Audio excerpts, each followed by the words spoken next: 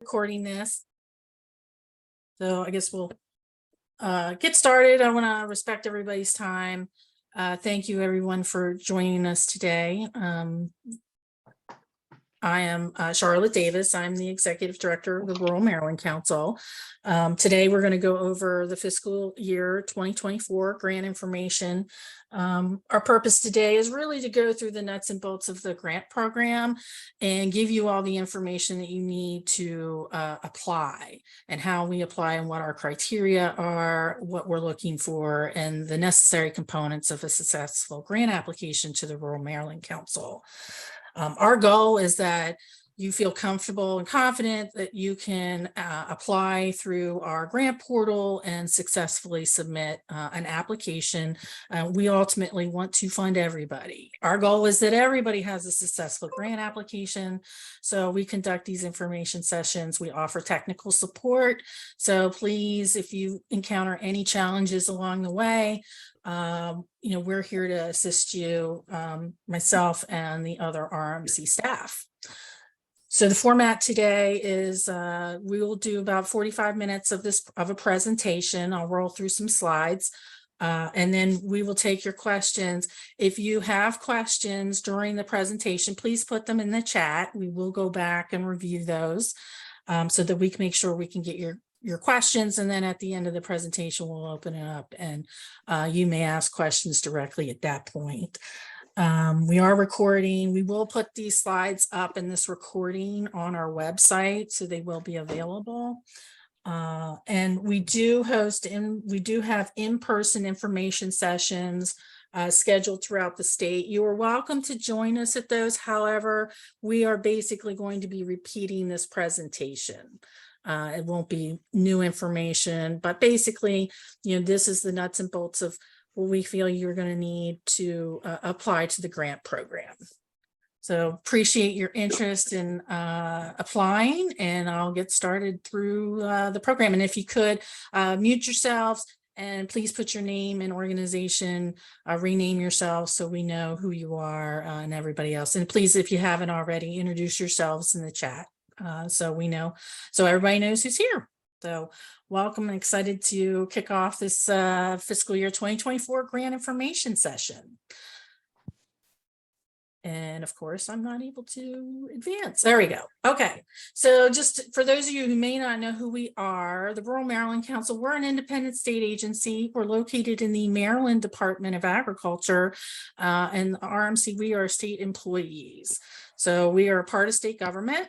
Our mission is to bring federal, state, local, elected, appointed, private stakeholders, businesses, and nonprofits, as well as individuals, to identify the challenges in rural areas. Not only do we identify those challenges, but we develop solutions and implement those. So we've been around almost 30 years. I'm excited. We celebrated recently our 25th anniversary. And we are funded, as I said, through the state's operating budget. The majority of our funds are distributed through our grant programs, but we do have operating funds of about $750,000. And we are the designated Rural Development Council for the state of Maryland. We have sister agencies in other states, we work closely together on issues related to rural America. So here are the challenges primarily that we see: high unemployment, high rates of poverty, lack of access to transportation, lack of access to healthcare, pressure on the agriculture economy, and a lack of access to internet and broadband. Question we always get asked: what is rural? State definitions very generous. It's 18 counties are designated as rural. However, we will recognize that there are semi-rural areas in a lot of the other counties as well. Northern Baltimore County, Southern Prince George's, Southern Anne Arundel, Western Montgomery are semi-rural. We follow generally county comprehensive plans. Places like Baltimore County has an urban-rural demarcation line, so we will follow comprehensive plans designations of rural anywhere throughout the state. How we work, we do other things other than administer grant programs. We host a rural summit. We are planning for one coming up later this year in December, so please join us for that. We do advocate for legislation. You see our legislative highlights this year. We host events in Annapolis as well as online, our virtual Rural Maryland Day. We have a legislative committee that reviews all the bills and directs us on the positions that we take. And we did pass 2 bills this year, one expanding the use of the Rural Maryland Prosperity Investment Fund, which I'll discuss later, as well as a Health and Human Services Transportation Act, which I'll also get to later. And then we administer the Rural Maryland Prosperity Investment Fund and the Maryland Agriculture, Education, and Rural Development Assistance Fund. We call them by their acronym. So MAERDAF and RMPIF is kind of how we refer to them. We're state government. That's how we work. So, and we inherited those. Those were not things that we determined ourselves. So the MAERDAF grant program was created in 2000. Charlotte Davis. Okay. And it is meant to build capacity for rural serving nonprofits. We've administered a little over $11 million in grant funds, and it is competitive. This is our very competitive program. Last year, just to give you a sense, that we received 123 applications. They requested almost $4.3 million. So you'll see we were able to award 47 grants for a little over $1.1 million. We have priority areas in this space, looking at agriculture and forestry, energy, rural broadband, youth engagement and leadership development, and then community and economic development. We will review any application. The idea is we want to hear your innovative solutions to some of the challenges that we see. So if you don't fall within these planning areas, that's fine. We will still consider your application and we will often fund those. So these are just this year, this is kind of what we're looking to support. So we're actively looking for applications in this, but if you don't quite fit in that, don't worry, we'll still consider your application. So who's eligible for the MAERDAF program? 501c3s, regional councils, and community colleges are eligible for the MAERDAF grant program. The biggest challenge for this one is meeting the regional criteria. The project or program needs to impact more than just one county. It can be 2 counties, it can be statewide, it can be 3 counties. It just needs to be regional. And we will ask for evidence of that regionality in your application. You need to do more than just list some counties. The easiest way is to include in the full application a letter of support from an organization or elected official outside of your county. These are project and program focused. So they must be completed. The activity must be completed between August 1st and June 30th. So for this year, we start August 1st of 2023 with an end date of June 30th, 2024. Now we give preference for a match. To be competitive, you will need to have some sort of match, whether it's a cash match or an in-kind match. But it is recommended that you have some kind of match that you're able to bring to your project or program. The maximum amount we can award under MAERDAF is $45,000. And this year we've just got a little under $1 million, $914,000 allocated to the MAERDAF program. And so we'll see, hopefully, the grant review board does have the ability to reallocate some funding. They've been doing that the last couple of years, but it depends on, I would suspect we would probably dedicate about $1 million to the MAERDAF program. So eligible expenditures, the biggest challenge for us in this program is that we generally do not fund salaries and staff positions. The grant review board will consider them if you have a sustainability plan, our program is meant to provide startup funding for innovative programs. We understand that you'll need a year or two to get your program up and running, and then after that, it is meant to be self-sustaining. These funds aren't meant to be ongoing operating funds. They're meant to be 1 or 2 years, and then you need to find funding elsewhere, or the program needs to be self-sustaining. We will fund construction and renovation of buildings. We cannot pay for the purchase of land. We will need quotes of expenditures. You'll need to have vendor quotes, and we want your projects and program to be shovel ready. We will allow the purchase or rental of vehicles. And meals are eligible as long as it makes sense with what you're proposing to do, and otherwise would be an inconvenience, an event. It's always helpful to have food, so we will cover the cost of foods. We ask that indirect costs be capped at 10%. And then ineligible, we generally do not fund the staff salary or wages. If you're looking to fund a person that is going to be doing work, generally we suggest that they be treated as consultants, or and so it's not listed under the wages and salary. So they will fund them if it's necessary to complete your program and project. It is just not meant to be an ongoing staff person. It's meant to be temporary people that you might be bringing on in a future date, but generally have a challenge with funding salaries in this program. We do not accept contributions, donations, contributions, or subsequent subawards to third parties are ineligible. The Grant Review Board sees that as an ineligible delegation of authority. So if you're looking at a thing to support, say, tuition, or you want to give a scholarship, it's better to give tuition remediation to everybody instead of selecting a few across the board. And we can help you through that if that's a challenge for you. We cannot fund advocacy or lobbying activities. And we cannot, I can't see my screen here. Generally, gift cards are ineligible, and organized fundraising campaigns are ineligible requests.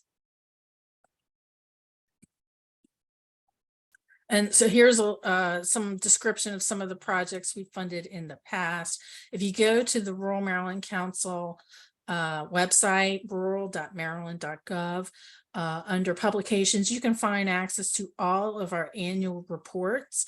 We are required by law to report to the Department of Budget Management and the General Assembly all of our grantees, the scopes of work, the amounts.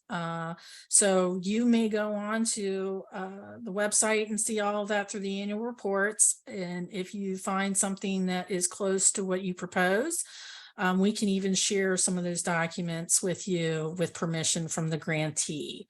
So we do go back. If you see something that is similar, we can also help you through and tell you some more things about what happened with their project, what were some of the challenges they had, things to avoid. So be aware of some of the resources that are available on our website, but we are looking for things like the STEAM Onward project was creating video content of minorities in agriculture so that organizations could have available footage to use. The Mobile Market project, we purchased a vehicle for the Chesapeake Culinary Center to deliver food and meals to food deserts. You see the Atkins Arboretum HVAC installation, we pay for HVAC systems. And then the apprenticeship program with the Chesapeake Bay Maritime Museum will pay for stipends for apprenticeships. But you can go on our website and see more information about any of these projects or any past projects. So moving on to the Rural Maryland Prosperity Investment Fund. Thanks to Governor Moore and the presiding officers of the General Assembly, we received a little over $9 million in 2024 for this program. The primary goal is to provide targeted investments to meet statewide averages in unemployment, poverty, and access to broadband, healthcare, and transportation. So this is confined to rural regional councils, rural entrepreneurship development, which includes an expansion I'll talk about a little bit later with workforce and cooperative development and agribusiness development, as well as infrastructure and healthcare. And healthcare was also expanded this year to include non-emergency medical transportation. For fiscal year 2023, well, this is also competitive. It's not nearly as competitive as the MAERDAF program, but we do, it is competitive. Last year, we were able to award 32 grants for a total of $4.2 million. So you'll see for 2024, we've got $8.3 million plus an additional $300,000 for a non-emergency medical transportation pilot program. So just looking at entrepreneurship, so the eligible entities expand in the RMPIF program, and so it includes local governments, nonprofits, but also local governments, institutes of higher education, the regional councils, and other similar entities are eligible for this one. Eligible projects must be regional, so 2 or more jurisdictions, or intergovernmental. So it could be meaning, so you need either 2 jurisdictions or 2 units of government. So it could be 2 municipalities working together, 2 counties working together, a county and a municipality working together. And then RMPIF does require a hard cash match with the different programs of different layers of that. So for entrepreneurship, it's a 25% match. So we prefer non-state sources, so either federal, local, or private. However, we will recognize state sources as a match. And similar to the MAERDAF program, it's 1-year project program focused, so must be completed between August 1st, 2023 and June 30th of 2024. We do not have a cap on the amount requested under entrepreneurship, but we have allocated $1.5 million towards entrepreneurship and hope to fund about 8 projects. So new this year, thanks to the General Assembly, we expanded the potential for other organizations to apply under entrepreneurship.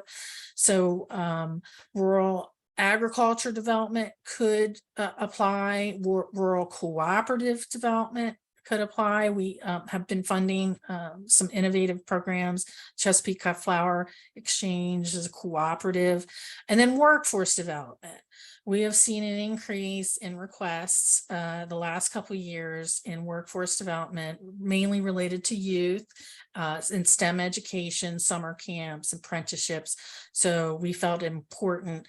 That was currently not eligible. That was not eligible under the previous program, but thanks to the General Assembly and hopefully to be signed by the governor, we were able to expand the uses of this portion of the RMPIF program. So moving on to infrastructure, again, eligible applicants include nonprofits, local government, institutes of higher education.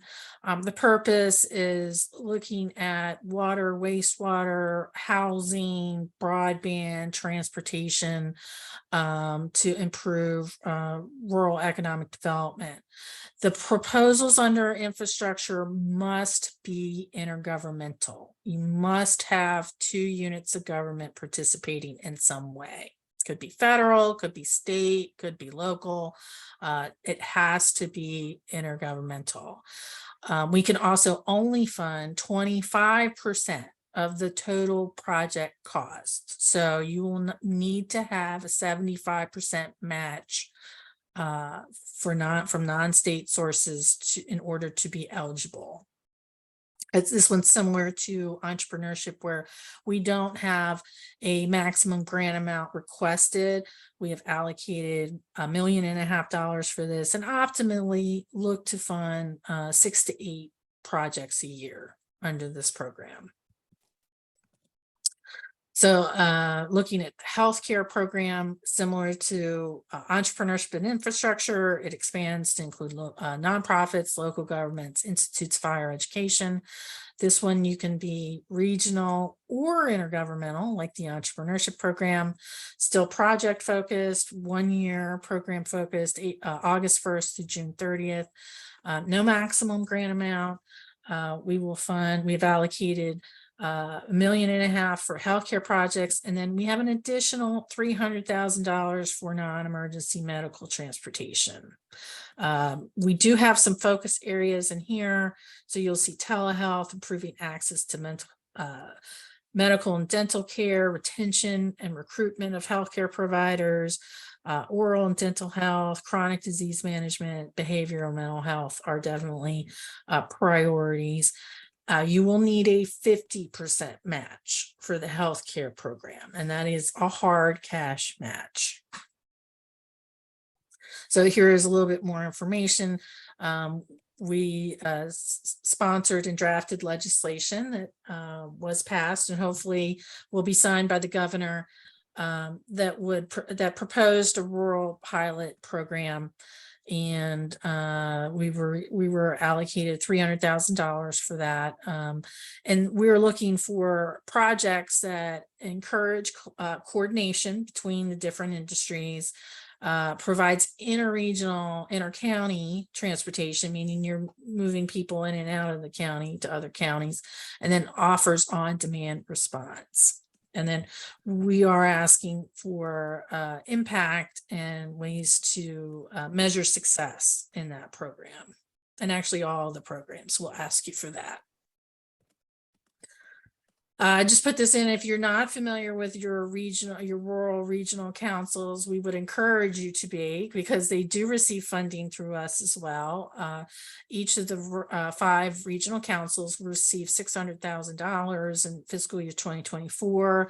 Oftentimes majority of those councils do subsequent sub grants to other organizations. So if you're not familiar with them, I would encourage you to be so. And then sometimes they have funding also available for projects in your area. So you might, if you don't know them, I would suggest get to know them. If you need an introduction, happy to do that. But they are your regional economic development and planning entity for the rural areas of our state. And so just looking at RMPIF and the eligible expenditures. So in this one, salaries and wages are allowable expenses. Oftentimes, some of these programs are going to need some sort of staff person in order to implement.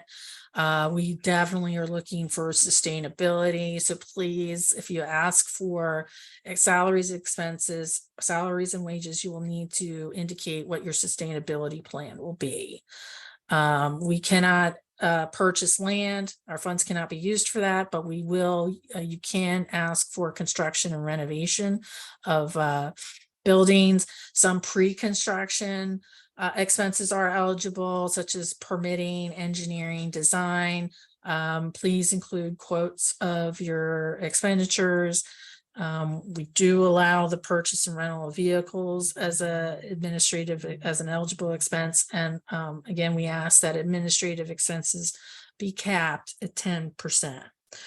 Ineligible, we do not allow gift cards, organized fundraising or financial campaigns, or ineligible advocacy or lobbying activities. And then the biggest part, we do not want these funds to supplant existing funding. They must complement or support existing funding. And here's an example of some of the programs we have funded in the past couple of years. And you'll see I would say the largest award we've ever given out is $500,000 So it gives you time, you know, while we don't cap it because we want to see creativity and innovation, the largest award is about $500,000. I get asked a lot, can you submit multiple applications? Yes, you can. We will take whatever innovative, creative ideas you got, and we will review those. And again, if you want more detail on any of these projects or programs, you can go to the Rural Maryland Council's website and look at all the scopes of work and deliverables that were included and outcomes in some cases from those programs. So the grant decisions, myself nor the staff are decision makers. That's why we're able to give you technical assistance. The grant is and neither is the Rural Maryland Council Executive Board. It's a separate independent board made up of the secretaries of or their designees of Agriculture, Commerce, Health, Housing and Community Development, and Natural Resources. And they make the determinations and the final decisions related to grant applications. Their decisions are final and binding. So you cannot go to the RMC Executive Board, and I cannot do anything about changing decisions, but and that's, you know, that is set by law. And while you can find out who those members are, we would suggest maybe not contacting them, but contacting the office and the Rural Maryland Council staff, because we can help you and we can provide that technical assistance to guide you from ideation and drafting of your idea to applying through the grant portal. For eligible entities, we will check. So we ask that you be in good standing with the state of Maryland. There's the website you can go to. We do not require a copy of the certificates. I don't feel that you need to pay the funding for that. We will take a screenshot of that because we also will double check on our side. If you are not in good standing, we'll still let you proceed forward. We just need an explanation for why you may not, in the steps that you're taking to get into good standing. You'd be surprised the number of organizations that, oh wow, my accountant forgot to file this year. So we are just asking that and sometimes SDAT is delayed in some of their filing. So we understand that, but we want you to be aware of it. And in order for us to release the funds, you will need to be in good standing with the state of Maryland. If it's applicable, we ask that you include a 990. As well as this year, we will be asking for a W-9. We asked for a current one. We found this year that your name needs to match that W-9 and the address needs to match, or else the comptroller will not release the funds. So we're trying to make sure that you have funds in hand to start your projects. So we will need a current W-9. So here is the ranking criteria that the grant review board is going to be using.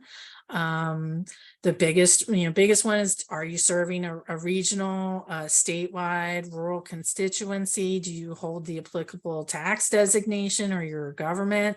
The scope of work, we really need to see that what your actions and tasks are going to be. We get a lot of scopes of work that talk about how needy a jurisdiction is. We know that already. We know you're all needy. What we really want to know is, how are you going to expend the funds specifically? What is your program? What will you be utilizing? What are the action tasks that you're going to do? We're also going to be asking for specific goals and measurable objectives so that we understand if they're achievable. We call them the SMART. They're, time sensitive, achievable. We will be asking for you to come up with some goals and metrics so that we can understand what does success look like in your program. The proposal needs to demonstrate impact to quality of life. This is for the RMPIF program only. Now here's this, the goals are specific, measurable, achievable, realistic, and time bound. We ask for a mission statement so we can understand that you're aligned with your mission and what you were proposing to do. Looking at the more of the ranking criteria, that match is significant. We give preference to those organizations that have a match, and then in some cases you must have a match whether you're meeting that. We look at partnerships. Do you have other organizations, agencies that are also helping? We will be asking for letters of support at the full application phase. You won't need that for the LOI phase, but you will need those for the full application. And then for MAERDAF only, we will review, does your project or proposal fall under our planning priorities? And you see them on the screen. So if, hopefully you'll all be awarded a grant. And so we will ask for, we will be executing a grant agreement if you were awarded, and then we will ask for 2 reports, an interim report and a final report. We must have evidence of expenditures. You can send us copies of check stubs, QuickBooks printouts. We just need invoices, receipts, anything that can support that you expended the funds the way you said you were. We ask for acknowledgement of the RMC. Either it can be, logo included on materials, you send out a press release, things like that. We will do site visits, sometimes unscheduled, just to make sure to follow up. And we always love project photographs to help us to demonstrate the vitality of these programs. So it's always great to see photographs from the duration of your projects and programs. The Rural Maryland Council is required to report to the Department of Budget and Management our outcomes for this program. So we will ask you in your final report to give us some of the data that you see on the screen. It's going to be tied to what you are doing. So is it if you're doing education, if you're doing research tools, how many loans. So we are required to report this information to show the effectiveness of our program. So we will be asking you for this information. And you can see sample grant agreements and reporting guidelines at the RMC's website. Changes in unused funds.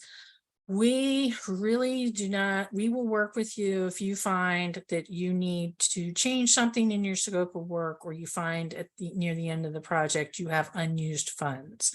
We will work with you. We do allow changes to that scope of work. Minor changes we can do, major changes we have to go back to the grant review board. Unused grant funds must be returned to the council, but I can tell you we really do not want the funds back. The funds don't come back to the council. The funds revert back to the state of Maryland. So we really will work with you to ensure that we really don't want the funds back. The intent is to support economic development and encourage economic activity in rural Maryland. Sitting in the state's bank account's not going to do that. So we will work with you on that. But the decisions by the grant review board, I'm going to repeat it again, final and binding. So here are the important dates, important timelines. So we're going to open the grant portal on Monday, April 24th. You can go in today and create your account. However, you will not be able to actively apply until Monday. So we do a 2-phase process. We ask for a letter of intent. So this is the big deadline, May 19th. Close a bit, well, it's 11:59. It's end of day. So that is the big date, May 19th. If you miss this date, you're out. You will not be able to apply again until the next year. If you have something outstanding, like you need a signature or you need something else, I would suggest just submit something. We can fix it later, but if you don't apply by May 19th, you will miss the window for the grant cycle, and you'll have to wait until 2024, hopefully, to reapply. So from May 19th, we will present the letters of intent to the grant review board, and then it is our intent to notify applicants by the week of June 12th on decisions. So the way it works is the grant review board will invite you to submit the full application.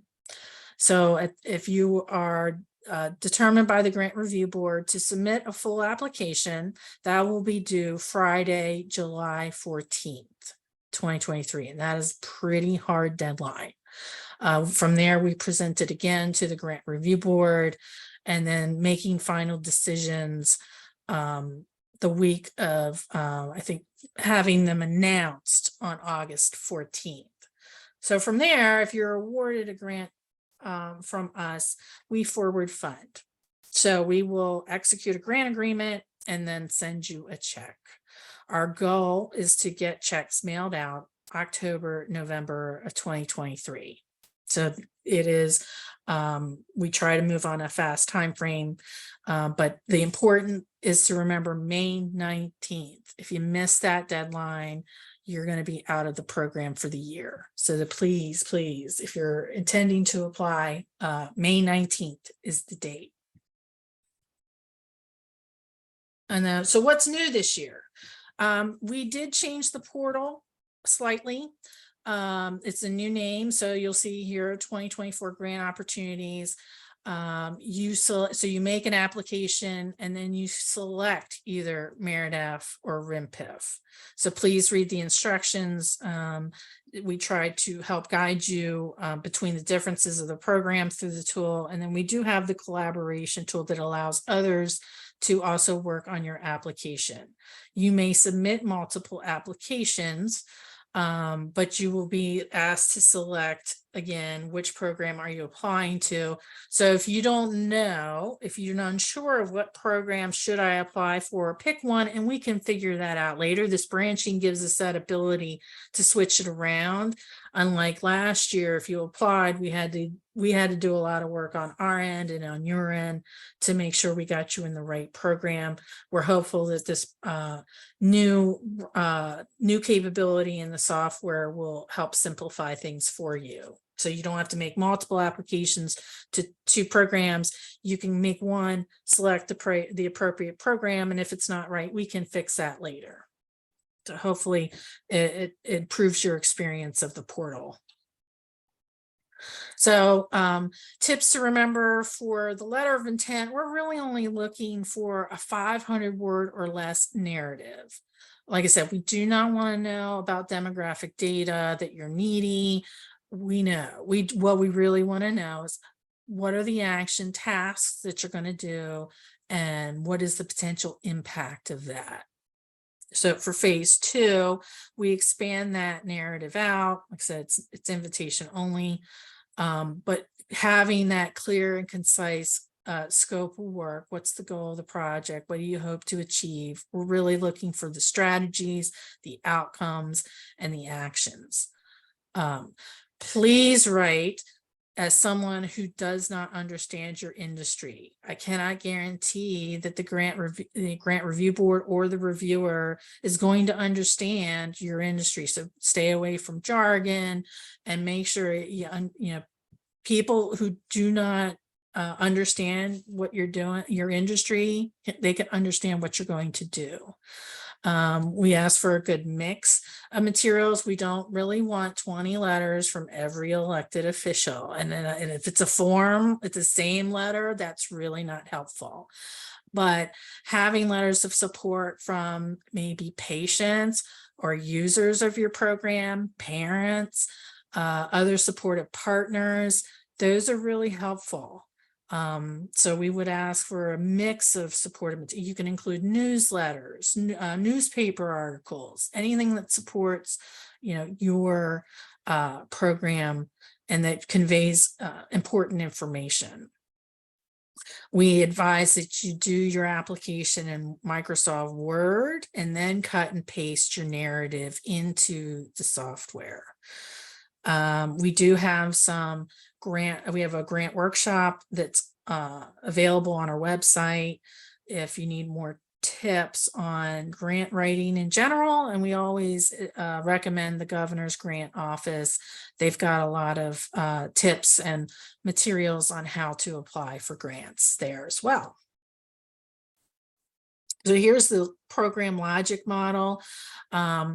We are looking for what are those inputs and activities that get us to the outputs. What are those short-term outcomes, those long and medium, and then those long-term impacts. So if you think about, I'm going to do X, which is going to relate to Y outcome, which is going to result in Z impact. Kind of think of it like that. So we had to report a few years ago to the Department of Budget and Management on all our outcomes. So what does the council fund? So what have been our outcomes? So for the healthcare, here it is. This is what we have funded in the last few years. Number of services for patient engagement, number of rides, number of positions, how many people were served, non-tech equipment, education, number of hours, how many people were trained, community clinics. So this is everything we have funded in the past. For economic development, here number of new jobs, number of new businesses, products, incubators. You see the list. Number of people that participated, engagement strategies, that increased tourism. Think of, the geocache trail was something we funded out in Western Maryland. So here's education, the infrastructure. We're looking at the number of households that might be served with broadband, capital investment in public facilities, and capital investment in transportation technology for vehicles. So you'll see a number of things here. Again, if you want to look at some of the RMC's annual reports, we do document some of these outcomes so that you could see this is sort of what we're looking for. So for the letter of intent, when you log on to our website and access the portal, this is the information that we're going to request from you. So main information, your mission statement. Are you a 501c3? We will accept a 501c4. There are other 501s out there. We do not fund the chambers. So if you're a chamber, we strongly recommend that if you have a foundation, that you utilize your foundation, and cooperatives can be a challenge because they're trying to think 501c6. Have you received previous funding from us? What's your legislative district? We do notify the legislator that we have granted an award, so we like to know that so we can let them know. And then the project information. Here's, the contact, your fiscal point of contact, your match, the budget. These are estimates at this time. We won't ask for a full formulated budget until the full application, but just a range. So we understand there's going to be a change likely between the LOI stage and that full application stage. Since we're at this point, you're probably only talking estimates and you won't have a real true sense of what you actually need until you get vendor quotes and get all that. But so we understand that. So at this point, if it changes in the future, you find out you need more, you need less, that's okay. We can adopt to that change. And then you'll see the project narrative. That is the main part. That's that 500 words, but then the geographic area served, the region served, and the population served are part of that. So how to apply?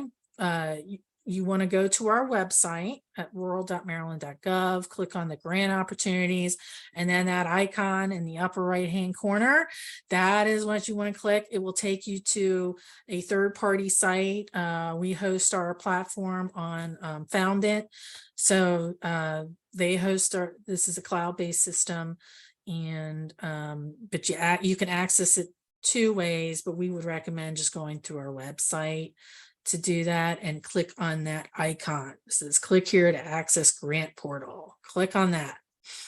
To start, you will need to create an account. So here's the information that you will need. You will need an employer identification number.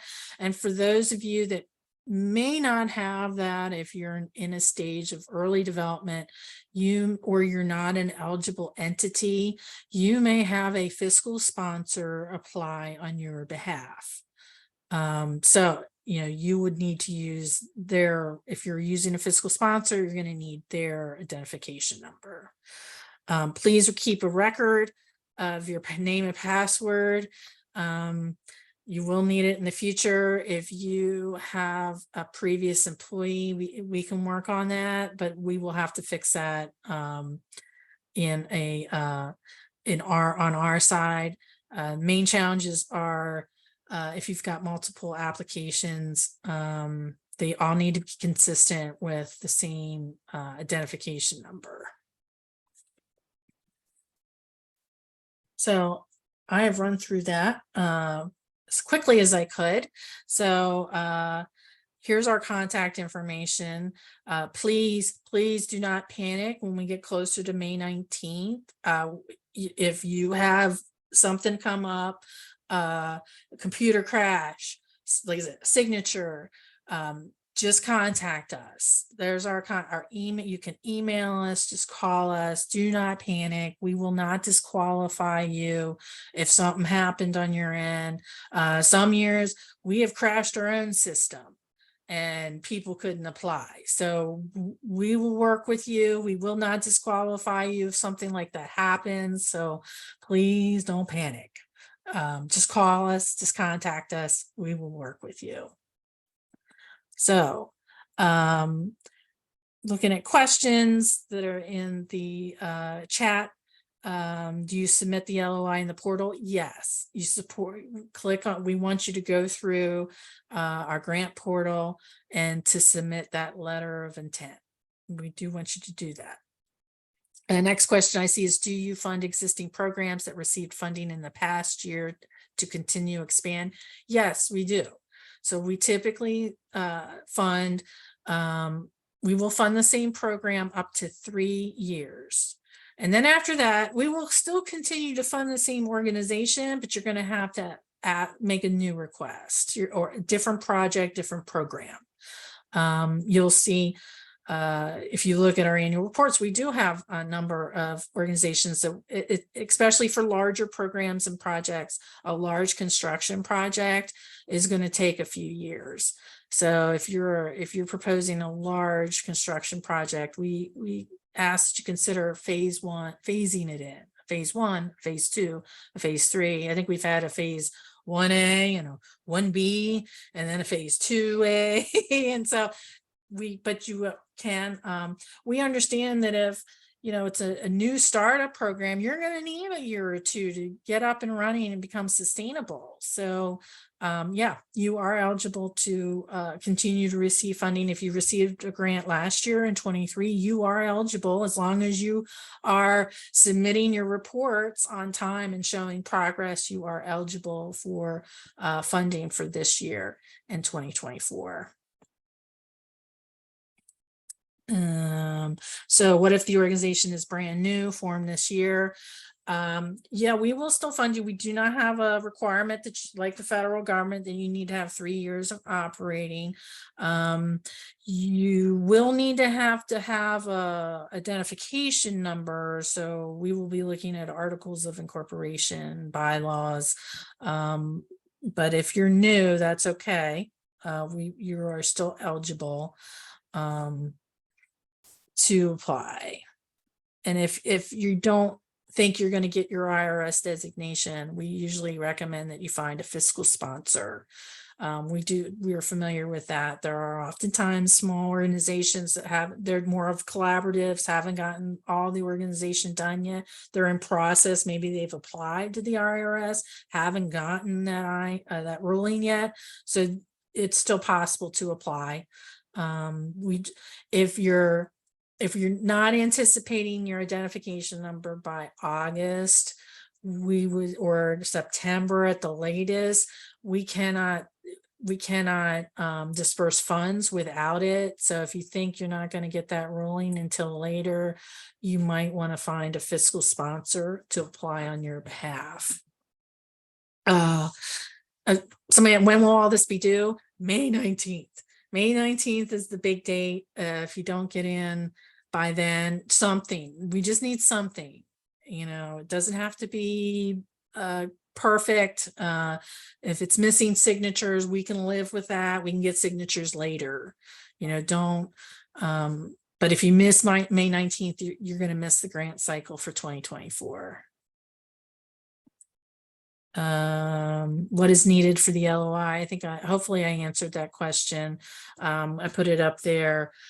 If you need to go back to, it, I can, but the main part is that 500 word white paper is really what we want. Next question is, will we be posting these slides? Yes, we will be posting these slides on our website at ruralmaryland.gov at grant opportunities. So they should be up there probably today or tomorrow. We are hosting in-person information sessions around the state. You are certainly welcome to join us on those, but we basically will be repeating this exact presentation. So I don't know if you feel, you're certainly welcome to join us, especially if you have more questions. Please let other people know if you think, you know, they would get value out of coming to those. We will post this webinar itself as well as the slides on our website so people could view this at a later date. And then did I miss any questions? Do you assist with reviewing LOIs? Yes, I do. We just asked that please don't send it to us a day or two before the deadline. So, but if somebody sends us a letter of intent draft 2 weeks in advance, we do review them and do give feedback back. So yes, we do.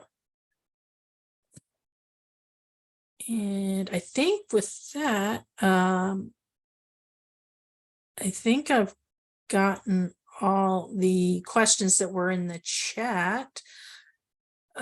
So are there any other questions? I will stop sharing and open it up to the group. So I see Chris. Hi, Charlotte. Yeah, a couple questions.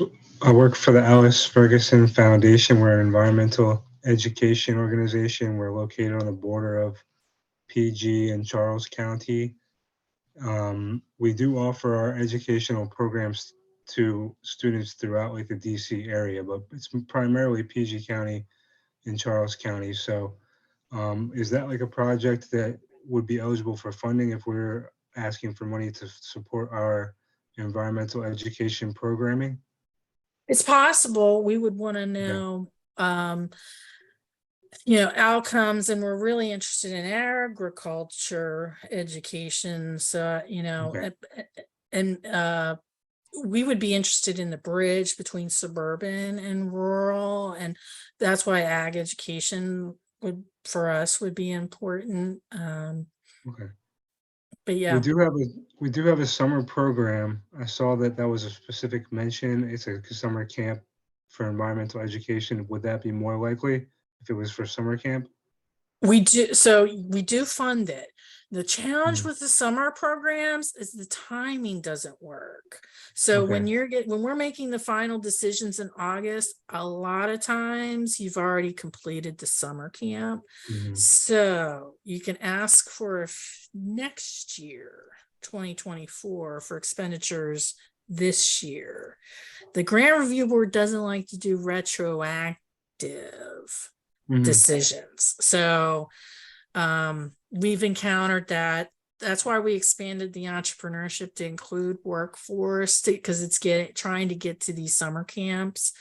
I would still apply. That is a challenge we're still trying to work through, because a lot of times you've completed it and So Okay. unless you have programming that's going to be past that August date.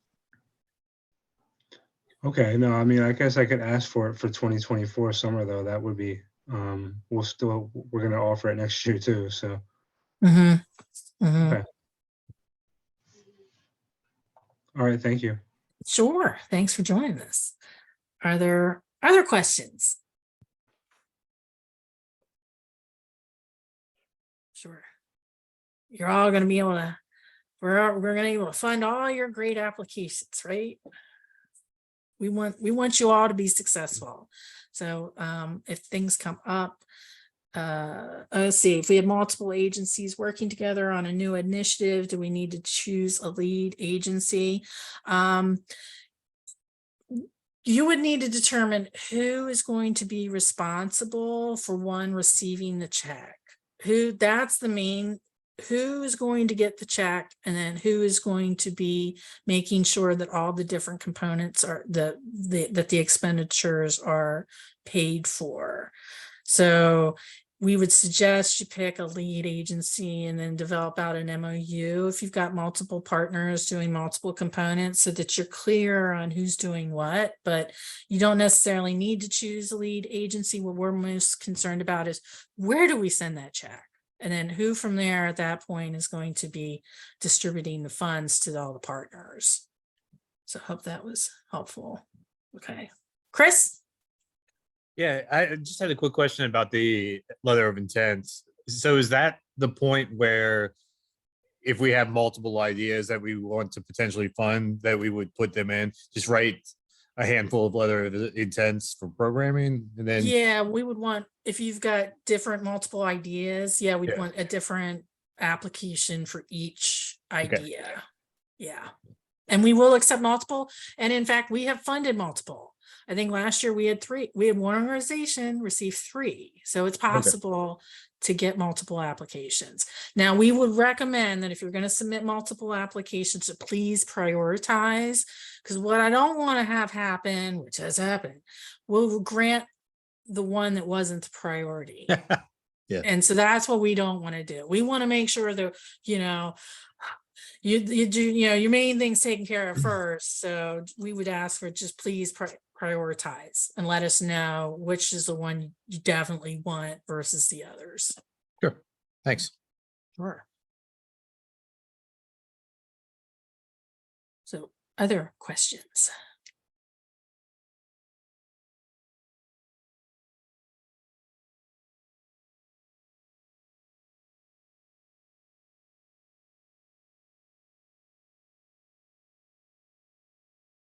No more questions. So if you find you find tomorrow or the end of the week that, oh, I got a question, please reach out to us and we will sit down with you. We can meet one-on-one. We can meet via Zoom. I come out, we do site visits. So if you think, I find the site visits incredibly helpful sometimes, just to figure, make sure we're all on the same page. So if you find anything like that, please reach out, email us, call us. We're here, and we're here to make this process as painless as possible for you and for us. So, always interested in feedback as well. And if, you have anything that, you need to reach out, like I said, we're here for you to help you. We want to make sure you're all successful. Ultimately, at the end of the day, I'd love to give you all the money, but we got to prepare grant applications to the grant review board. Let's see, I see another question. Intercounty collaboration could just be letters of support from folks outside the county. We want a diverse set. So we would ask that to prove the regionality or the intergovernmental, we would want 1 or 2 letters from outside your home county, but we would also want some letters from your county. Like I said, we want to divert. We don't just want elected officials. We would want users, parents, we would want a mix of that. I hope that was clear, Carrie. So Chris? Yeah, I'll ask another question since it doesn't seem like other people have many. We also, our office is located in a farmhouse. Our property is a historic is on the historic database for Maryland. And we're looking for funding for upgrades to the farmhouse, new windows and things like that. So would that be something that's likely to be funded, more likely than the environmental education perhaps? We fund it, but you will still want to know, what does that impact? It's like, what is it? How is it going to be improving the delivery of your programs? Does that Okay, make sense? yeah, Okay. yes, okay. I see Belinda. Hi, yes, I have a question because the statement you just made, you said that you look for partnerships. Hi, first of all, I'm Belinda Cream. I'm in Prince George's County. And you said partnership with outside of the county, but earlier listening to the presentation as I'm around the house, you said something about all with a municipality. So do you need both outside and with municipalities? Because if you're within the county, because I'm within the county, but if I partnership with a municipality, so I was kind of confused because you again said with another jurisdiction. It depends on the program you're applying for. So MAERDAF must be regional. So you're intending to apply to the Maryland Agriculture Education Rural Development Assistance Fund. You must have regional impact. You will need to have letters from people outside of your county. For RMPIF, the Rural Maryland Prosperity Investment Fund, infrastructure must be intergovernmental. You must have units of government participating. And then for the other portions of the Rural Maryland Prosperity Investment Fund, you can be both. You can be regional or you can be intergovernmental. And sometimes that intergovernmental component could be 2 municipalities within a county. Could be 2 municipalities in 2 different counties. We've seen some innovative partnerships with counties not even contiguous with each other, Queen Anne's and Allegheny County. So there are creative ways to get to it. Okay, thank you. Sure. Any other questions?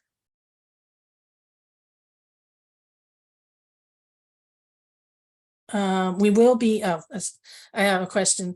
We will be doing this presentation in person. Megan, do you know those dates? They are available on our website.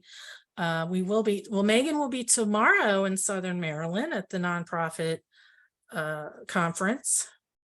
Yes, that's correct. And then our next in-person one will be in Fair Hill Nature Center. That's up in Cecil County on April 24th. And I'm sorry, April 25th. And then we're going to be at University of Maryland Eastern Shore on April 28th. And then May 1st will be in Southern Maryland at Anne Marie's Garden. And then May 4th will be in Frederick County at the Frederick Innovation Technology Center. So, and all that information and registration can be found on our website, and we will be offering lunch. So join us.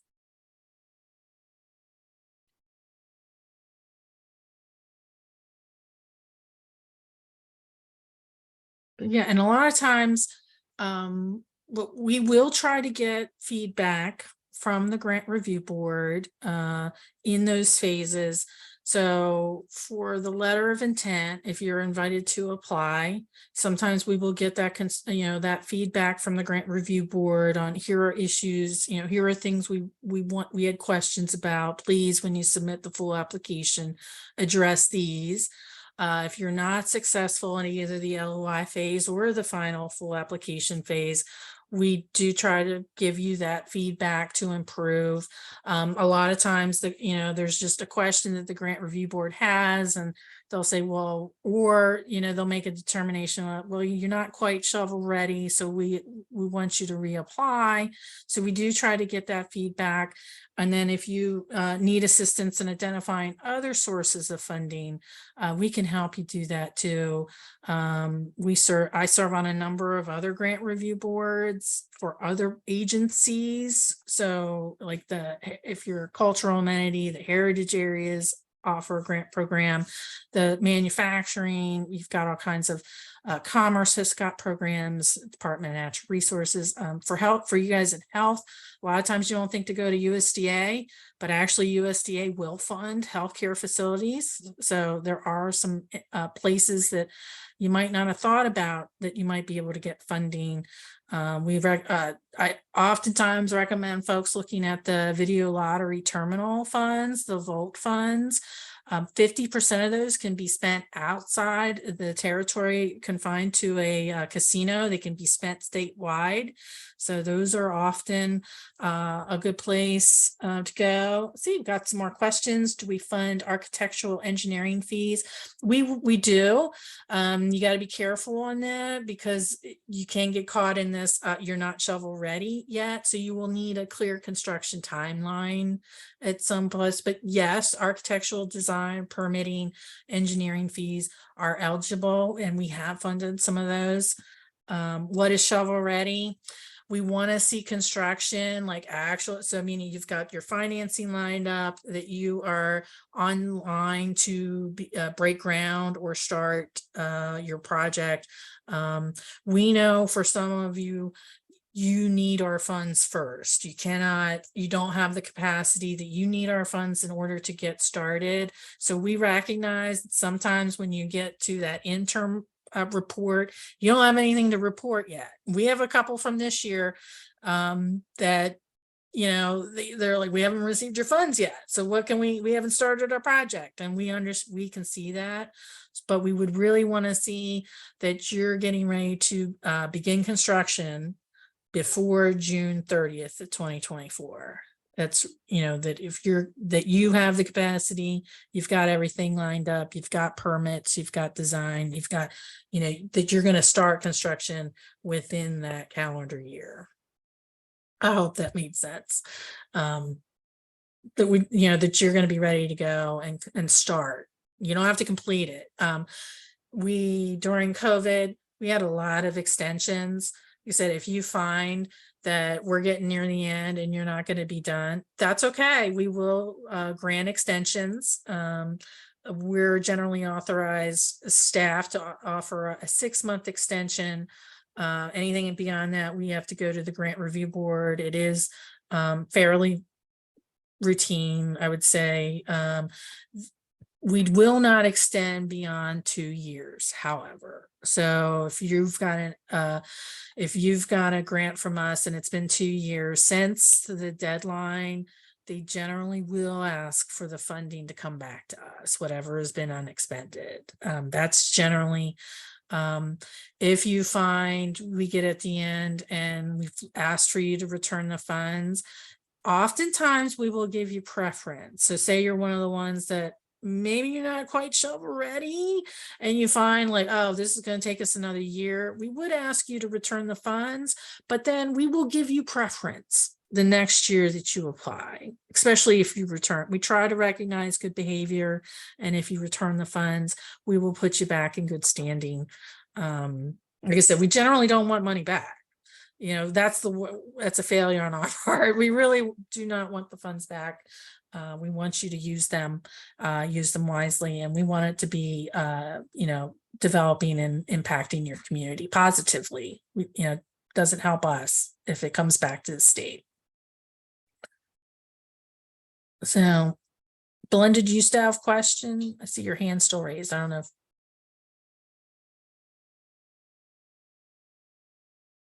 No, I probably just didn't never lower it. Okay, just checking. Are there other questions?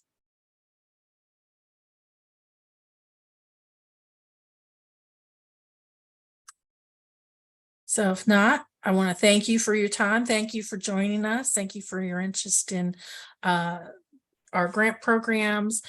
And like I said before, please reach out to us if you've got any questions, if you have any difficulties with our portal. We're here to help, and we want to make sure that you're successful in your application. So with that, we'll sign off. Thank you again, and we look forward to reading all your letters. Okay. Thank you, everybody. Have a good one. Everybody have a great day.